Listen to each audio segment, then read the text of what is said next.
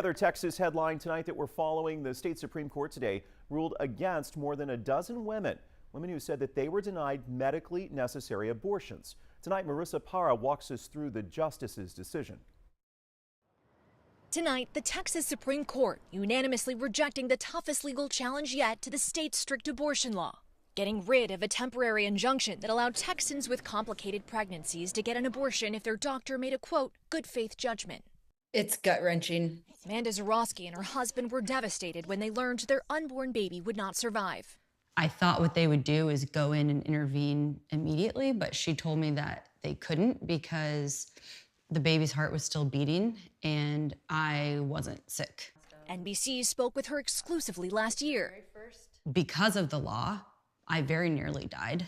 Nothing about this is pro-life. Amanda was forced to wait until she was diagnosed with a life-threatening case of sepsis before being provided an abortion, and says vague state law surrounding exemptions put her health and the health of many others at risk.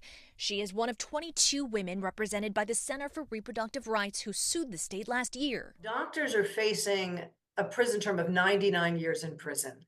And what is not clear is under what circumstances, how close to death do the women need to be able to be eligible for an abortion. Today's unanimous opinion from the state's Republican justices says the exceptions to prevent a woman's death or serious bodily injury are clear as written. Amanda disagrees.